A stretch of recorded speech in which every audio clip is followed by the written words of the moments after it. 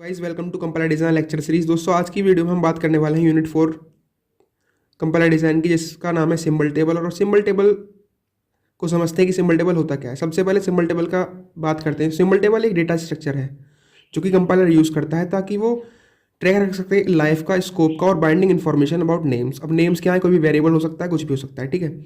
Symbol table में जो lexical analysis है और सिंटेक्स एनालिसिस है, ये सिंबल टेबल के लिए डेटा देने का काम करते हैं, ठीक है। और जो बाकी के 4 फेजेस हैं कंपाइलर के, वो इस डेटा का यूज़ करते हैं ताकि वो सोर्स प्रोग्राम को टारगेट प्रोग्राम के अंदर कन्वर्ट कर सकें। Symbol table is use in the source program. Symbol table source program में यूज़ होता है ताकि वो आइडेंटिफाई कर सके कि वेरिएबल्स क्या क्या है, कॉन्स्टेंट क्या है, प्रोसीजर क्या है, एक्सेट्रा। अब सिंबल टेबल की कैपेबिलिटीज़ क्या है।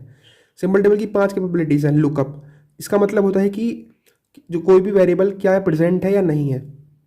इंसर्ट मीन्स हम कोई भी न्यू नेम को इंसर्ट कर सकते हैं टेबल के अंदर। एक्सेस मतलब किसी भी पार्टिकुलर नेम को अगर हम एक्सेस करना है तो ये वाली इसकी कैपेबिलिटी भी होती है। मॉडिफाई मीन्स किसी भी प्रेजेंट नेम है उसके अंदर अगर हम कोई न्यू इन्फॉर्मेशन देना चाहते हैं तो इस वाले कैपेबिलिटी से यूज़ करते हैं। तो डिलीट मतलब आपको पता है, डिलीट का मतलब होता है कि डिलीट करना। सो ये कैपेबिलिटीज़ होती हैं और ये सिंबल टेबल होता है, ठीक है। क्वेश्चन 2 कहता है कि सिंबल टेबल रिक्वायरमेंट्स क्या क्या होती हैं और डिमेरिट्स क्या क्या हैं सिंबल टेबल के यूनिफॉर्म स्ट्रक्चर के अंदर। जब हम सिंबल टेबल बनाते हैं तो उसकी रिक्वायरमेंट्स बेसिकली 4 रिक्वायरमेंट्स होनी चाहिए। एक तो स्ट्रक्चरल फ्लेक्सिबिलिटी होनी चाहिए, जो कि क्या कहती है कि आइडेंटिफायर के यूसेज के हिसाब से सिंबल टेबल जो होता है ना, उसको उसके लिए नेसेसरी इन्फॉर्मेशन प्रोवाइड करनी चाहिए। स्ट्रक्चरल फ्लेक्सिबिलिटी ये कहती है। दूसरी होती है fast lookup search, means speed of searching जो होती है वो एज फास्ट एज पॉसिबल होनी चाहिए। Efficient utilisation of space, means जो हमारा सिंबल टेबल है वो स्पेस के हिसाब से ग्रो करे या श्रिंक करे, ये उसके अंदर एक्चुअल में होना चाहिए। तीसरा ability to handle language characteristics. चौथा जो होता है इसमें कहता है ability to handle language characteristics, मतलब स्कोपिंग जो होती है ना किसी भी वेरिएबल की, या इम्प्लिसिट डिक्लेरेशन जो होगा वो हैंडल करने के लिए हमारे पास सिंबल टेबल के अंदर कैपेबिलिटीज़ होनी चाहिए। ये इसकी रिक्वायरमेंट्स हैं, ठीक है। सबसे पहले स्ट्रक्चरल फ्लेक्सिबिलिटी, दूसरा फास्ट लुकअप सर्च, तीसरा एफिशिएंट यूटिलाइजेशन ऑफ स्पेस, चौथा ability to handle language characteristics. दोस्तों मैं आपसे एक निवेदन करूंगा कि आप जो है अपना क्वांटम को खोल के बैठें ताकि आपको इजीली समझ में आ जाए। अब कुछ डिमेरिट्स के बारे में बात करते हैं। Demerits in uniform structure of symbol table. कुछ डिमेरिट्स भी होंगी। सबसे पहले तो अगर किसी भी कोई हमको नेम देना है और उसका लेंथ जो बहुत ज़्यादा है, उसने एक्सीड कर दिया है लिमिट को, तो वो हैंडल नहीं कर पाएगा। दूसरा, अगर नेम की लेंथ ज़्यादा ही छोटी है तो जो बचा हुआ स्पेस है ना वो वेस्ट हो जाएगा। ये इसके डिमेरिट्स हैं। How names can be checked up in a symbol table. Lookup या चेकअप एक ही बात है। Symbol table is looked up every time name is encountered in the source text. Symbol table हर बार देखा जाएगा जब कोई भी एक पार्टिकुलर नेम बार बार आ रहा होगा, तो जितनी बार आएगा उतनी बार ही सिंबल टेबल को हम देखेंगे।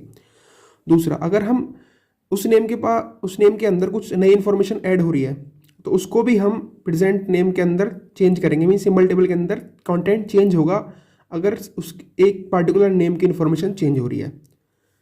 जो हमारा सिंबल टेबल है, इसलिए एफिशिएंट मैकेनिज्म होना चाहिए उसके अंदर ताकि वो एक्सेस कर सके और ऐड कर सके नई एंट्रीज़ को, ठीक है। एक्सेस कर सके जो प्रेजेंट एंट्रीज है और ऐड कर सके न्यू एंट्रीज़ को।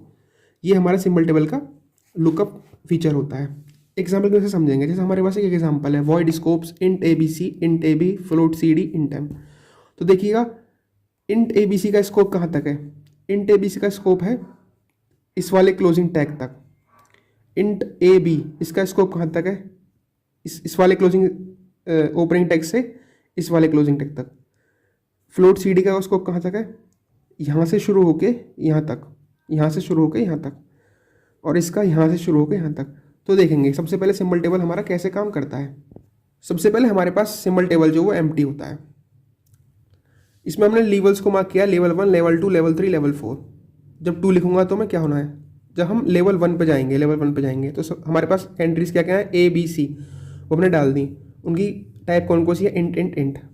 फिर उसके बाद हम लेवल 2 पे गए। जब हम लेवल 2 पे गए तो A और B ऐड हो गया, तो हमने उसको दोबारा से ऐड कर दिया, CBA BA, ओके, ये हमने ऐड कर दिया। जब हम कंट्रोल जब इससे बाहर आया तो हमारे पास क्या बचना चाहिए, CBA बचना चाहिए, CBA बच गया। उसके बाद हम फ्लोट CD में जाएंगे। जब हम लेवल 3 में घुसे तो DCCBA ऐसे आ गए। उसके बाद जब हम इस वाले लेवल के बाद इस वाले लेवल में जाएंगे लेवल 4 में, तो एम बी ऐड हो जाएगा इसके अंदर। अब इससे जब हम बाहर आएंगे तो क्या बचना चाहिए, डी सी सी बी ए, ठीक है। जब हम फ्लोट सी डी से बाहर आएंगे तो हमारे पास ए बी सी जो है ये वाले बचने चाहिए, सी बी ए। लेकिन जब हम इस पूरे कंट्रोल से बाहर आ जाएंगे ना तो हमारे पास स्टैक दोबारा से खाली होना चाहिए। जो स्टैक मीन्स जो हमारा सिंबल टेबल है वो हमेशा खाली होना चाहिए। तो ये प्रोसेस होता है लुकअप फंक्शन का सिंबल टेबल। क्वेश्चन है कि रोल ऑफ सिंबल टेबल क्या है और डिफरेंट डेटा स्ट्रक्चर्स कौन कौन से यूज किए जाते हैं सिंबल टेबल में। तो सबसे पहले रोल समझते हैं। Symbol table keep tracks of semantics of variables, ठीक है। Symbol table semantics of variables का ट्रैक रखता है। दूसरा, स्टोर इन्फॉर्मेशन अबाउट स्कोप, कितनी with in a particular scope वो इन्फॉर्मेशन को स्टोर कर रहा है। तीसरा, वो कंपाइल टाइम एफिशिएंसी को यूज़ कर रहा है। अब देखते हैं हम डेटा स्ट्रक्चर्स कौन कौन से यूज़ हो रहे हैं सिंबल टेबल में। तो डेटा स्ट्रक्चर मेनली 4 यूज़ होते हैं, अनऑर्डर्ड लिस्ट, ऑर्डर्ड लिस्ट और बाइन सर्च ट्री और हैश टेबल्स, ठीक है। अब ये एक एग्जाम्पल कैसे हम समझेंगे।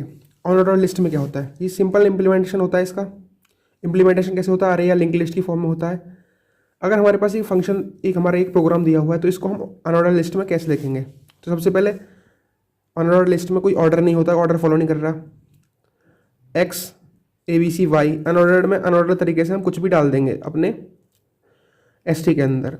अब अनऑर्डर्ड लिस्ट के अंदर जो इंसर्शन होता है ना हमारा, वो ऑर्डर ऑफ एन टाइम्स में होता है और जो लुकअप होगा वो भी ऑर्डर ऑफ एन टाइम में होगा, ठीक है। अगर हम ऑर्डर लिस्ट की बात करें, ऑर्डर लिस्ट सॉर्टेड होती है इसके अंदर, इसीलिए सर्चिंग जो होती है वो ईजिली हो जाती है, order of log two n times हो जाती है। लेकिन इंसर्शन जो होता है वो एक्सपेंसिव होता है, क्योंकि इंसर्शन के टाइम पे हमको भाई देखना पड़ता है कि क्या कौन सी जगह पे हमारा इंसर्ट करना सही रहेगा।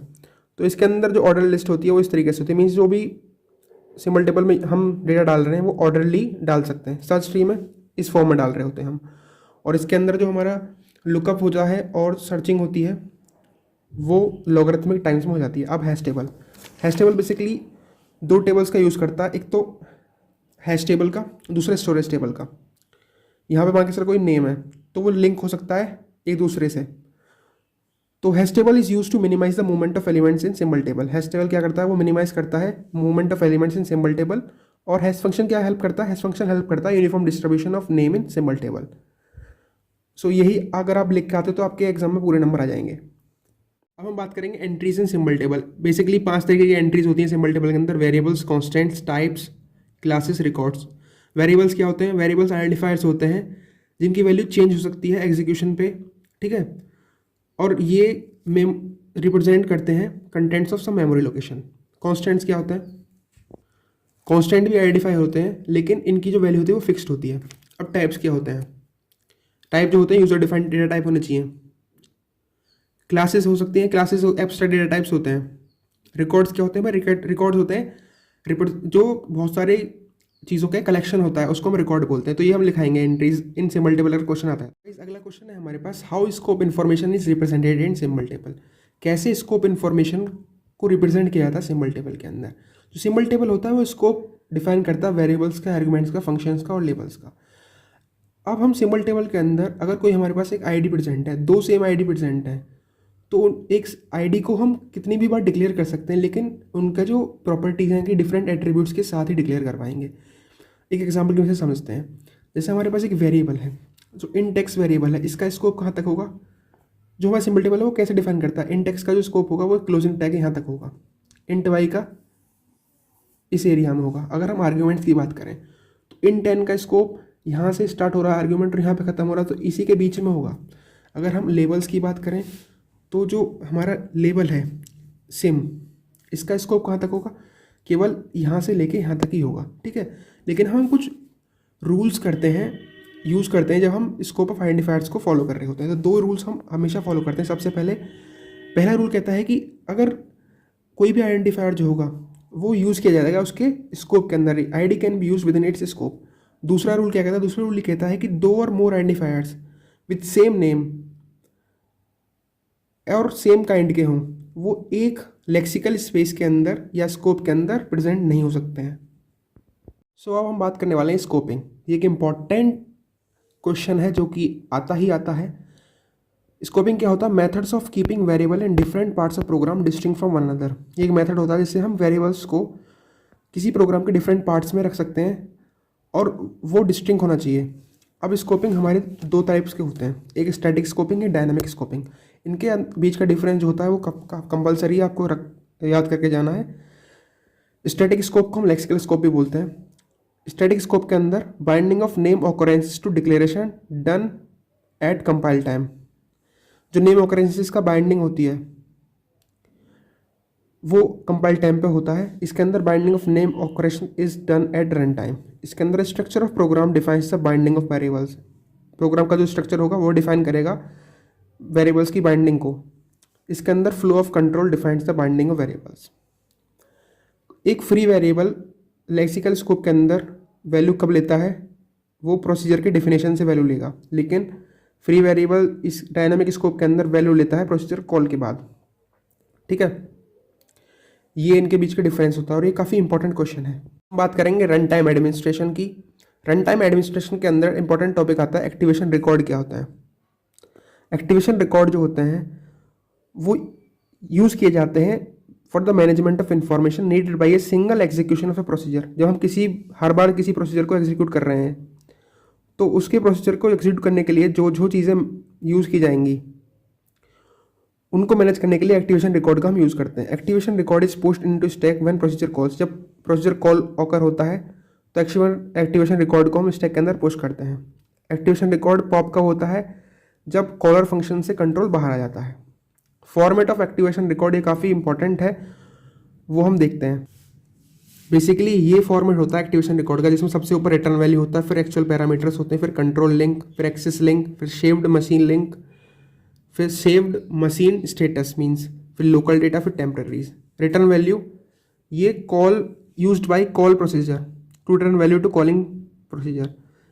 ये कॉल प्रोसीजर्स यूज़ करता है रिटर्न वैल्यू को जो कि वैल्यू रिटर्न करती है कॉलिंग प्रोसीजर को। बेसिकली दो प्रोसीजर होते हैं ना, एक कॉलिंग प्रोसीजर, एक कॉल प्रोसीजर। मीन जैसे फंक्शन होते हैं, एक कॉलिंग फंक्शन, एक कॉल्ड फंक्शन। ठीक है, एक्चुअल पैरामीटर्स का होता है, ये पैरामीटर सप्लाई करते हैं कॉल प्रोसीजर के लिए। कंट्रोल लिंक ये एक्टिवेशन रिकॉर्ड जो होता है ना उसके लिए पॉइंट करता है कॉलर फंक्शन को या कॉलर प्रोसीजर को। एक्सेस लिंक क्या होता है? वो एक्सेस देता है किसी भी डेटा के लिए जो कि अदर एक्टिवेशन रिकॉर्ड में पड़ा हुआ है।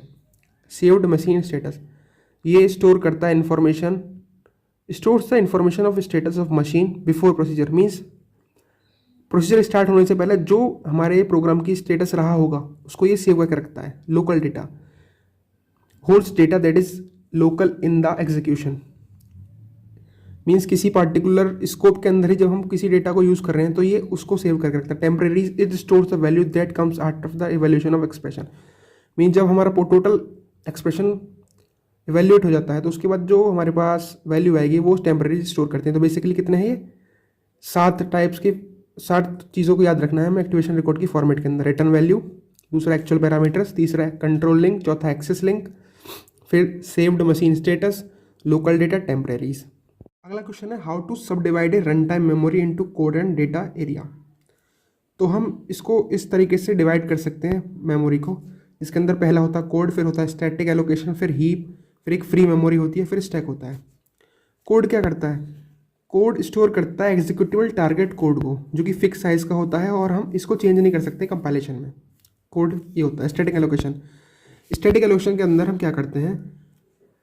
हम एलोकेट करते हैं स्टोरेज को जो कि हर डेटा ऑब्जेक्ट मांग रहा होता है या उसके लिए चाहिए होती है कंपाइल टाइम पे, ताकि कंपाइलर उसका एड्रेस इजीली फाइंड कर सकते एक्टिवेशन रिकॉर्ड के भी अंदर से। स्टैटिक एलोकेशन क्या होता है? Static allocation allocates storage required for each data object at compile time so compiler can easily find address. ठीक है, फिर होता है कि हीप एलोकेशन। हीप एलोकेशन में हमारे पास बेसिकली 2 फर्दर टाइप्स होते हैं, एक गार्बेज कलेक्शन मेथड और एक reference counter. Garbage collection method क्या कहता है? गार्बेज कलेक्शन मेथड ये कहता है जब सारे पाथ एक ऑब्जेक्ट के लिए डिस्ट्रॉय हो जाते हैं ना, लेकिन जो वो डेटा ऑब्जेक्ट को हम गार्बेज कर देते हैं, मतलब एक पार्टिकुलर मेमोरी लोकेशन के अंदर भेज देते हैं, तो उसको हम फिर दोबारा से रीयूज़ कर सकते हैं। ये गार्बेज कलेक्शन मेथड डिफाइन करता है। रेफरेंस काउंटर एक अनदर मेथड होता है। फिर होता है हमारे पास stack allocation method. Stack allocation के मेथड के अंदर हम स्टोर करते हैं डेटा स्ट्रक्चर्स जिनको हम एक्टिवेशन रिकॉर्ड बोलते हैं। पुश और पॉप एक्टिवेशन रिकॉर्ड का कब होता है? जब एक्टिवेशन रिकॉर्ड बिगन होता है या एंड होता है, और जो भी उसके अंदर लोकल वेरिएबल्स यूज हो रहते हैं वो डिलीट हो जाते हैं अपने आप जैसे ही हमारा एक्टिवेशन जो रिकॉर्ड है वो एंड कर जाएगा, एक्टिवेशन एंड कर जाएगा। तो इस तरह से हम सब डिवाइड करते हैं रन टाइम मेमोरी को कोड के अंदर। इंपॉर्टेंट क्वेश्चन आता है कि why run time storage management is required. Run time management storage management को हम क्या रिक्वायरमेंट होती है? सबसे पहले रिक्वायरमेंट होती है कि जब हम प्रोग्राम को एग्जीक्यूट कर रहे होते हैं तो ये मैनेज करता है मेमोरी के एलोकेशन और डी एलोकेशन। दूसरा, ताकि हम एग्जीक्यूट कर सकते हैं इंस्ट्रक्शंस को ईजिली। तीसरा, ये कनेक्टिविटी देता है data objects of a program को। ठीक है, अब सिंपल स्टैक इम्प्लीमेंटेशन क्या होता है? सिंपल स्टैक इम्प्लीमेंटेशन एक स्टैक एलोकेशन स्ट्रेटेजी है जो कि ऑर्गेनाइज होती है स्टैक की फॉर्म में, और जिसको हम कंट्रोल स्टैक भी बोलते हैं। इसके अंदर जब हम एक्टिवेशन बिगिन करते हैं तो एक्टिवेशन रिकॉर्ड जो होता है वो स्टैक के अंदर पुश्ड हो जाता है। सॉरी, जब हम एक्टिवेशन स्टार्ट हो रहा होता है, एक्टिवेशन बिगिनिंग के अंदर एक्टिवेशन रिकॉर्ड जो होता है उसको हम पुश करते हैं स्टैक के अंदर। लेकिन और जब इसका पूरा प्रोसेस कंप्लीट हो जाता है उसके बाद एक्टिवेशन रिकॉर्ड जो होगा वो पॉप कर जाएगा। एक्टिवेशन रिकॉर्ड के अंदर जो लोकल्स होते हैं, मीन्स हर लोकल ईच एक्टिवेशन रिकॉर्ड के अंदर स्टोर हो रहा होता है।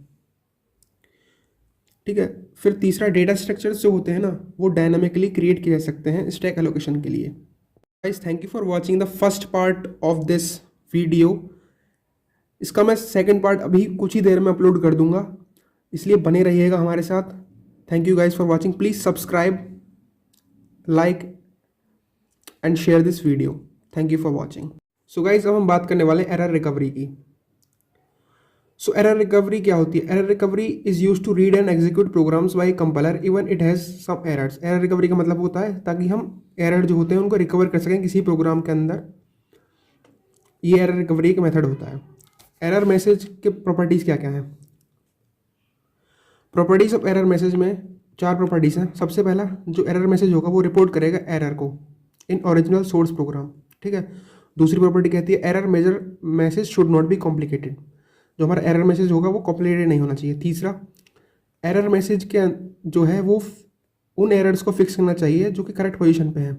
Should fix errors at correct position, so it should be specific. Error message specific होना चाहिए ताकि जो एरर्स हैं उनको हम फिक्स कर सकें उनकी करेक्ट पोजीशन पे जा करके। एरर मैसेज के अंदर डुप्लीकेसी नहीं होनी चाहिए, मीन्स एक ही एरर को बार बार हम एक ही एरर के ऊपर हम बार बार एरर मैसेज नहीं देंगे। ठीक है। अब गोल्स ऑफ एरर हैंडलिंग क्या है? सबसे पहला गोल ऑफ एरर हैंडलिंग है कि वो डिटेक्ट करे एरर्स को और उनको हैंडल करे, फिर उनसे आसानी से रिकवर की जा सके। फिर तीसरा है कि भाई एरर हैंडलर जो होगा वो should not slow down the compilation of syntactically correct programs. Error handling जो होता है वो स्लो डाउन नहीं करना चाहिए उन प्रोग्राम्स के लिए जो कि सिंथेटिकली करेक्ट है। फिर वेरियस फेज एरर्स, बहुत सारे फेज एरर्स होते हैं जैसे कि लेक्सिकल फेज एरर्स। ये कब होता है? It occurs when the sequence of tokens does not match with the pattern of token. Sequence of token जो होंगे वो मैच नहीं कर रहे हैं हमारे पैटर्न ऑफ टोकन से। किस वजह से ये ऑकर होता है? Replacement of character with incorrect character. भाई हमारे टोकन्स में से कोई कैरेक्टर था वो रिप्लेस कर दिया गया है विद इनकरेक्ट कैरेक्टर, तभी एरर ऑकर हो जाएगा। फिर transposition of 2 characters, means position change हो गई है 2 कैरेक्टर्स की, इसलिए ऑकर हो सकता है। या हमने कोई कैरेक्टर को रिमूव ही कर दिया है जो कि प्रेजेंट होना चाहिए। फिर एक सिंथेटिक फेज एरर होता है। ये ऑकर क्या होता है? जब सिंटेक्स होता है हमारे प्रोग्राम का वो गलत हो, मीन जैसे कि सेमीकोलन का मिसिंग हो रही हो, पैरेंथेसिस अनबैलेंस्ड हो या पंक्चुएशंस अनबैलेंस्ड हो। फिर आता है एक semantic phase error. Semantic phase error कब ऑकर होता है? जब टाइप मिसमैच हो जाती है। और ये कब ऑकर होते हैं? They occur in declaration and scope in a program. Reasons क्या हो सकते हैं? अनडिक्लेयर्ड नेम्स, भाई कोई नेम हमने डिक्लेयर ही नहीं किया है और उसको हम यूज़ कर रहे हैं प्रोग्राम में, तो ये एरर मैसेज हो सकता है। टाइप मिसमैच हो चुकी हैं, या mismatching of actual arguments with formal arguments. ठीक है, फॉर्मल आर्गूमेंट्स। फिर एक लॉजिकल एरर्स, नेम से पता चलता है occurs due to the logical mistakes. भाई हमारा पूरा प्रोग्राम का सिंटेक्स ठीक है लेकिन लॉजिक जो है उसके अंदर ठीक नहीं है, तो ये तब जाके एरर हमारा डिपिक्ट होता है। अब बहुत सारे एरर रिकवरी मेथड्स होते हैं। सबसे पहला पैनिक मोड रिकवरी। ठीक है। फिर phrase level recovery, error production, global correction. Panic mode recovery में क्या होता है? जैसे भाई हमारे पार्सर ने डिटेक्ट किया एरर को, तो पार्सर उन इनपुट सिंबल को डिस्कार्ड कर देता है पैनिक मोड रिकवरी में। फ्रेज लेवल रिकवरी में क्या होता है? मान के चलो हमारे पार्सर ने डिटेक्ट किया एक एरर को, तो जो पार्सर होता है ना वो करेक्शन करता है on the remaining local input पे। एरर प्रोडक्शन में क्या होता है, इसके अंदर हम एरर मैसेज दे देते हैं, अप्रोप्रिएट एरर मैसेज, ताकि उसको बाद में रिकवर किया जा सके। एरर प्रोडक्शन के अंदर ये होता है। ग्लोबल करेक्शन में क्या होता है, ग्लोबल करेक्शन में हम टाइम और स्पेस रिक्वायरमेंट्स को इंक्रीज कर देते हैं। ठीक है, तो यही हमारी यूनिट 4 कंप्लीट होती है। आई होप गाइस आपको वीडियो पसंद आई होगी। वीडियो पसंद आई तो वीडियो को लाइक करें, चैनल को सब्सक्राइब करें और बेल आइकन दबाना ना भूलें। Thank you guys for watching the video. अभी मैं 5th यूनिट के ऊपर भी एक वीडियो बनाऊंगा, अगर आपके कमेंट्स और लाइक्स आ जाते हैं तो।